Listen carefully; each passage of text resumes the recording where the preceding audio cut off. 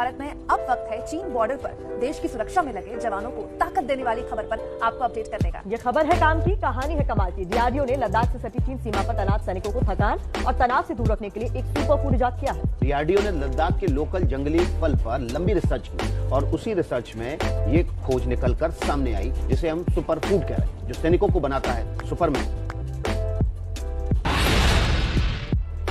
हरी हरी पत्तियों के बीच दिख रहा ये छोटा सा फल बड़े काम का है। ये हिंदुस्तान के सैनिकों को सुपरमैन बना देने वाला फल है। ये भारतीय सेना का सुपर फूड है जिसे चीन सीमा पर तैनात जवानों को दिया जा रहा है। इसका नाम है सी बकथॉर्न। एंटीऑक्सीडेंट बहुत ज्यादा होते हैं, चाहे इसका फ्रूट्स ले चाहे आप उसका पत्ते ले। अगर हमारा सोल्जर्स है उसी तरह हमारा कोई भी सिविलियन स्ट्रेस कंडीशन में रहता है और एंटीऑक्सीडेंट रिच खाना या कोई भी जूस पीते हैं तो ये जितना भी फ्री रेडिकल्स है उसको हम न्यूट्रलाइज करते हैं और उनका हेल्थ बहुत अच्छा रहता है।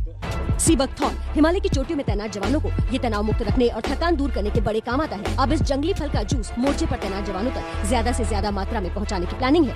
ये सी बकथॉर्न इस प्लांट को नाम दिया गया है, पेड़ का नाम है ये। तो DIHR है, उसकी कोशिश है कि जो हमारे सैनिक हैं उन तक इस सी बकथॉर्न का जूस जो है जिसमें विटामिन सी बहुत ज्यादा होता है और एंटीऑक्सीडेंट भी होता है वो दिया जाए ताकि हमारे सैनिकों को स्ट्रेस ना हो।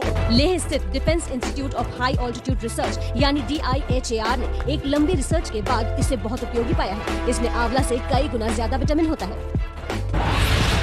लद्दाख का मोर्चा सबसे कठिन मोर्चों में से एक है क्योंकि ये ठंडा मरुस्थल कहलाता है। ऐसे में वहाँ तैनात जवानों तक ताजा खाना पहुँचाना भी एक बड़ी चुनौती है। लेकिन डीआरडीओ की मदद से जवानों तक न सिर्फ ताजा भोजन पहुंचाया जा रहा है बल्कि वैरायटी का खाना भी तैयार किया जा रहा है। ये सब हो रहा है लेह में और वो भी जैविक खेती के जरिए। इतनी प्रजातियां दूसरी जगह पैदा होती नहीं है जितनी अब यहाँ हो रही है। ठंडा रेगिस्तान कहे जाने वाले लद्दाख में जहाँ पेड़ पौधे तक नहीं होते उसी जमीन पर हरियाली लहला रही है। सब्जियां उगाई जा रही है।